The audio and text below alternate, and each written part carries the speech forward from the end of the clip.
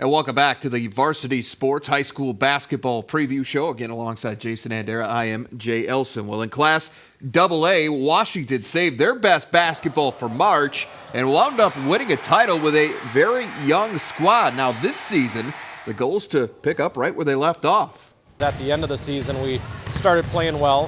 Heck of a credit to our kids winning that state tournament, but it wasn't a sure thing, and we feel that way this year as well. It's going to be it's a learning curve, and there's going to be process where we have to get better all year long, and we just set our goal a couple weeks at a time trying to get better. I remember going into last year, the first games, we were all really nervous because 4 of us had never, Sydney Arrington had played a good amount of varsity, but we hadn't.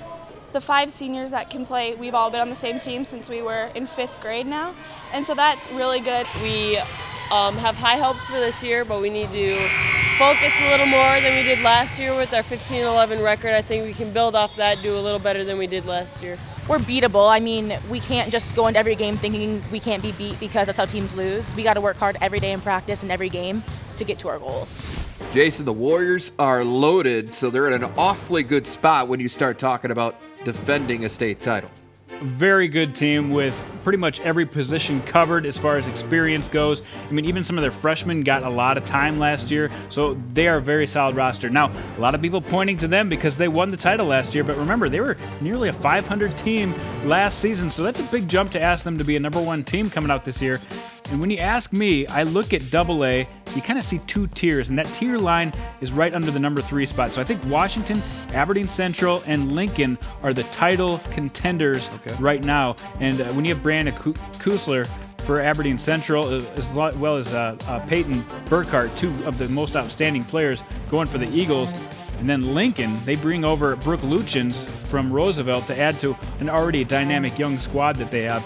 2 very talented squads that are going to give Washington all they can handle. Down at number 5, Harrisburg, I think, surprised some people. Ended up finishing 4th at state a year ago. Yeah, and Sam Slaughter is back with that group. Not a lot of supporting cast, but or at least experienced supporting cast. So I expect them to be a contender this year, but maybe not in that top class. All right, well, in Class A, St. Thomas More coming off one of the most dominant seasons in recent memory, maybe ever, to be honest. The Cavs will feature some new leadership on the floor this season, but the talent certainly still there.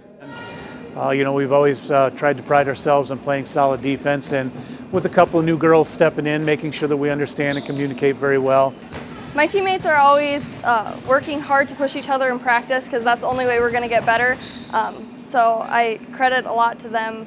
We have a lot of young girls and we have a lot of dedication, and once we've been at the top, it's hard to accept anything less.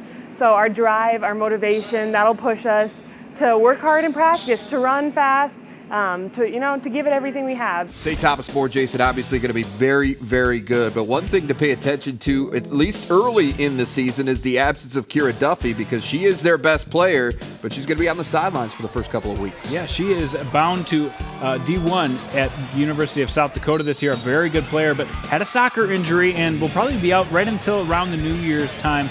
She'll be a huge asset back in this lineup when she gets there, but so many other good players. Kennedy Kirsch will take over that backcourt. Drew Gilton can really shoot. Natasha Swedlin will get some more playing time this year. And Shannon Duffy, always a Duffy or 2 around on this squad. They'll get it done, trust me. All right, looking at the rest of your top 5, any of those 4 really impress you to this point? I think there's a much smaller gap between St. Thomas More and the rest of the group this year, including, a Mount Vernon Plankinton team who has 2 basically all-state type players back in their lineup. Elk Point Jefferson made it all the way to the title game last year. Their best player is also back on the squad. So a lot of good teams in Class A this year.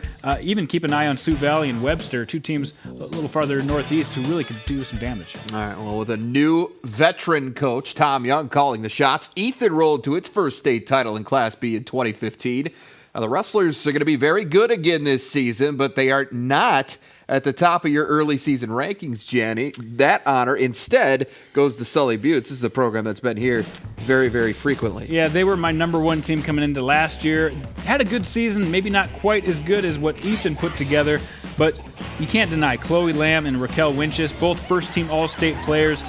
They are both back in this lineup, a great supporting cast. I think they're going to be tough to beat this year. But remember, Maya Selland back in the lineup for Sanborn Central Woonsocket, an excellent player in all facets. I think they really stepped their game up, and Ethan will hang right around this top 5 all year.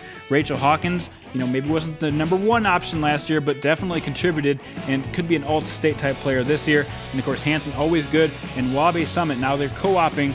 They've always got a good program as well. All right, well, we've covered the top teams now, but how about the top individuals? We're going to wrap things up and look at this season's players to watch in both North and South Dakota next.